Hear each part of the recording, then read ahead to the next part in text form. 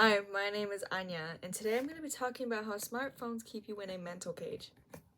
I know that sounds crazy, but hopefully after this presentation you will kind of understand what I'm talking about. But before we start, I have to ask you a question. Have you ever checked your phone without thinking about it? Did you know that the average person checks their phone over 90 times a day and they don't even realize it? Smartphones are a part of almost everything we do.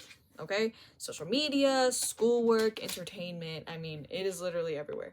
And to a lot of people, it's become more of a tool less of a tool and more something that we rely on constantly.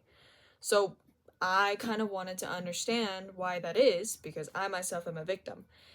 And by looking at psychological reports and technology sources and studies, I have a better understanding of how these algorithms work. Now, I am not an expert, so don't fully keep your hopes on me, but hopefully I can explain that today.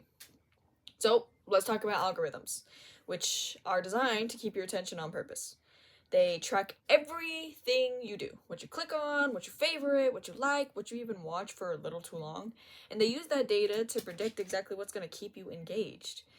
They push more of that content towards you, and that's why your feed feels so personal, because it's literally built for you. But the goal is not your well-being. Do not get that mixed up. Features like notifications and scrolling are kind of this risk and reward situation where it specifically is designed to make it harder for you to stop scrolling, by the way. So, research by Brandon and Scott in 2011, one of the textbooks that they wrote, it explains that understanding an audience's behavior is the key to influencing them. And that is exactly what these algorithms and these apps are doing on like a massive scale, right? But they don't just keep you engaged, they actually shape your behavior and they create some sense of dependency.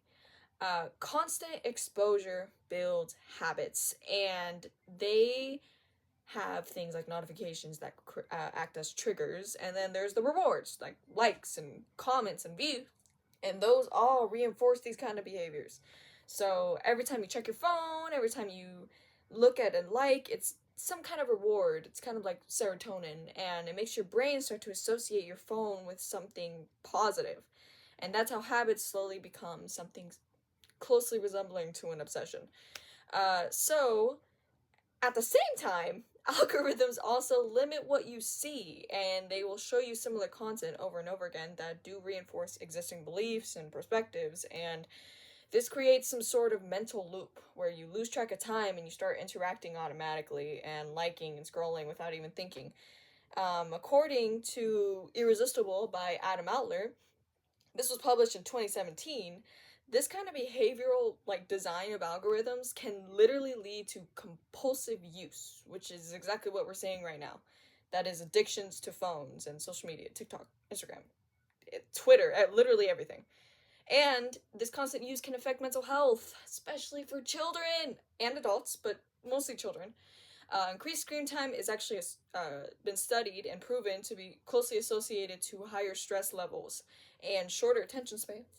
Um, Social media creates a lot of comparison with these curated lives and these faces and these physical stereotypes or social stereotypes people need to follow, which negatively affect people's self-esteems and moods, and children are especially vulnerable because their brains are still developing, so they are more sensitive to the reward system, they're more sensitive to any cultivated lies or anything that is kind of stigmatized as socially acceptable. So even though adults are affected, children are way more effective and experience stronger impacts. And a 2019 study by in iGen by Jane Twenge actually explains that social media is highly correlated to higher rates of depression within teens. So if you learned to cut down the hours of how long you're using your phone to 4 hours, learned how to use Do Not Disturb, personal mode, and getting rid of notifications you don't actually need, using social media for friends and family instead of mass likes and mass follows, and kind of being very mindful of how much you use your phone, you can turn these small little behavioral issues into a reduction. Like, you can reduce these effects on your brain, on your family, on your children, whatever the situation is, because me and you, we are both huge victims of the situation. So, to sum it all up, smartphone algorithms are made to capture your attention, to keep you completely engaged, build behaviors, harm your mental health, and not let you escape.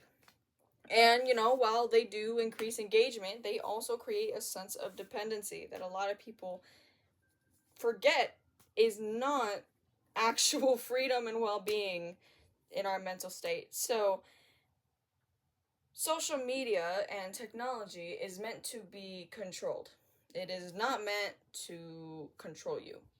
And until we learn to get over this phase, we will be stuck being controlled by technology and have our mind stuck in a mental cage. And yeah, let's get out of it.